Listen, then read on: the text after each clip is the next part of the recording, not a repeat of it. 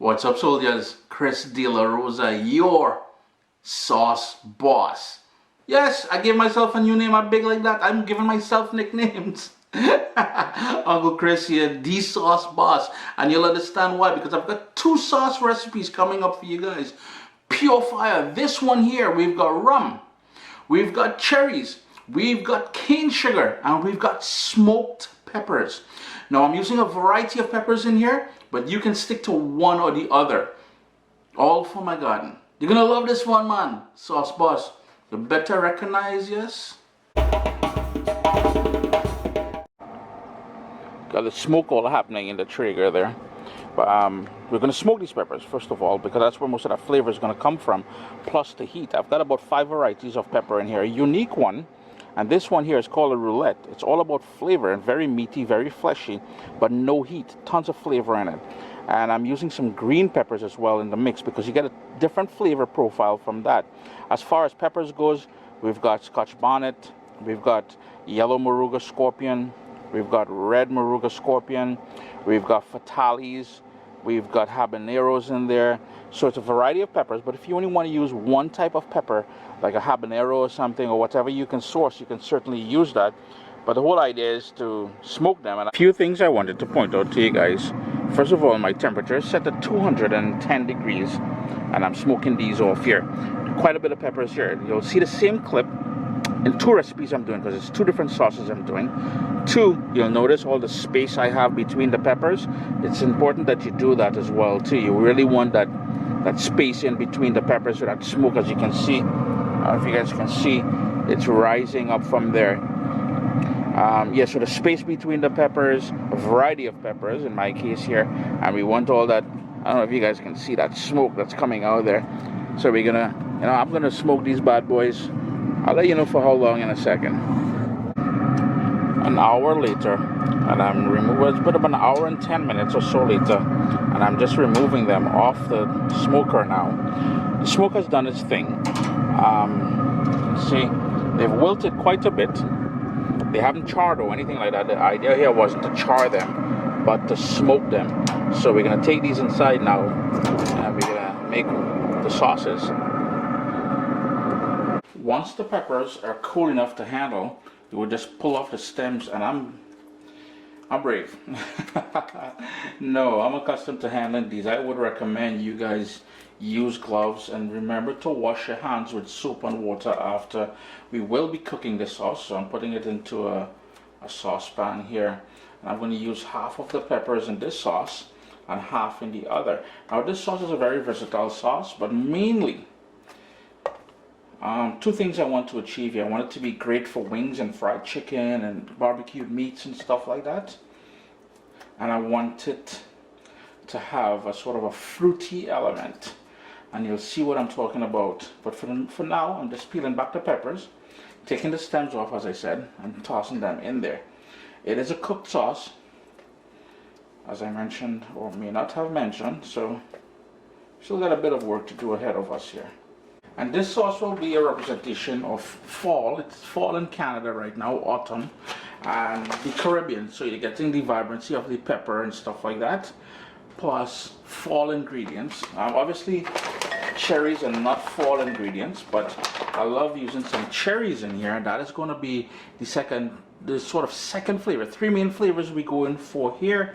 1, cherries. 2, the peppers, of course, that heat. And 3, for an underlying flavor note, I've got 4 cloves of garlic. And speaking about that underlying flavor, some cane sugar. That is raw sugar cane sugar. Of course, we'll need some salt. Full list of ingredients will be listed down below, and the recipe itself will be found on CaribbeanPot.com later on. And that third flavor, we're going to bring in the Caribbean with about 1 cup of dark rum. Can't go wrong with that dark rum there. That is going to add a lovely Caribbean twist to things.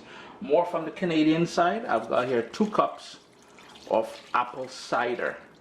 Not apple cider vinegar, but apple cider. And as far as the vinegar goes, I'm going to go in with about 1/4 cup of just plain old white distilled vinegar.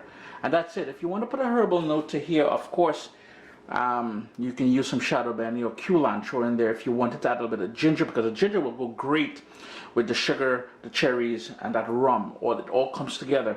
But now I'm going to give that a quick mix. Tuck everything down. And then it's just a matter of turning your stove on. And the reason why I'm mixing it now because I want that alcohol to mix with the apple cider and the vinegar. Because remember, alcohol flame, yeah, it can have a bit of a spark thing going on there. But I'm just making sure everything is mixed in before I turn on my stove. We want to bring that up to a boil, sort of a simmer, and let that simmer down until everything is cooked and gets nice and soft. And we have, remember, we smoked those peppers, right? So we're going to get those flavors, that smokiness as well, too. It's just really, really going to be a complex sauce without being complex, if you understand what I mean. Got a gentle simmer going. You can see the steam from the pot just rising there. Couple things. At this point moving forward, I'm going to cover the pot, turn the heat down to low, and let that gently simmer there. And two, if you have above here, I have a fan. And you can hear my voice changing. You will want to vent your kitchen. The third thing, I know I didn't mention the third thing, but if you wanted to cut the peppers before you put them in here, you can certainly do that. It'll be much easier. It means I have to go and stab these peppers now for them to break down the way I want it to break down. But that smell, man. Got a lovely smoky rum, brown sugar, peppery. Oh boy, does it ever smell good. Simmer though, we gotta simmer it. 30 minutes later on that simmer, let's give it another quick stir. I'm gonna turn my heat off, and then I'm gonna allow this to cool down before I use my stick blender. Now you can use a food processor, a typical everyday blender, but for me, I'm gonna be trying out my new stick blender. I let it sit for about an hour. It's cool now, and you can see the cherries have really stewed down in there, the peppers, everything, and I notice that brilliant color we got. So now you have two options, well, three options: food processor, blender, or in my case I'm going to use my stick blender. Let's see how that works out. There may be a mess in here, but it's a risk I'm willing to take because I'm too lazy to go get that blender.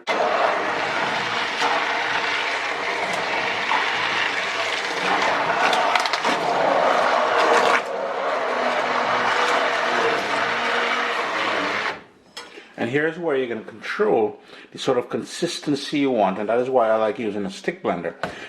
In a best case scenario, puree it as smooth as you can. I notice there was a lot of liquid, but once we're done pureeing, you will notice it's going to be nice and smooth, a bit thicker, and just pure niceness.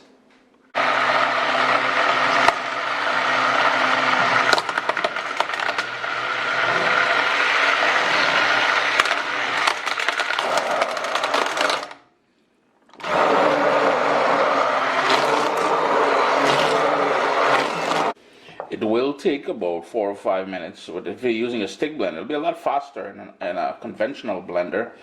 But let me see if I suck at left-handed, but just look at that niceness of that sauce. They're nice and smooth. They got a sheen to it. If you wanted to cook this some more now, you can certainly do that. But this is cool. Now remember, you want clean glass containers to put this into. If you put it into plastic containers, it will take on a sort of a flavor from that plastic. It will ruin your plastic container, actually. Chris here, CaribbeanPot.com. Always a pleasure having you guys here in the kitchen with me.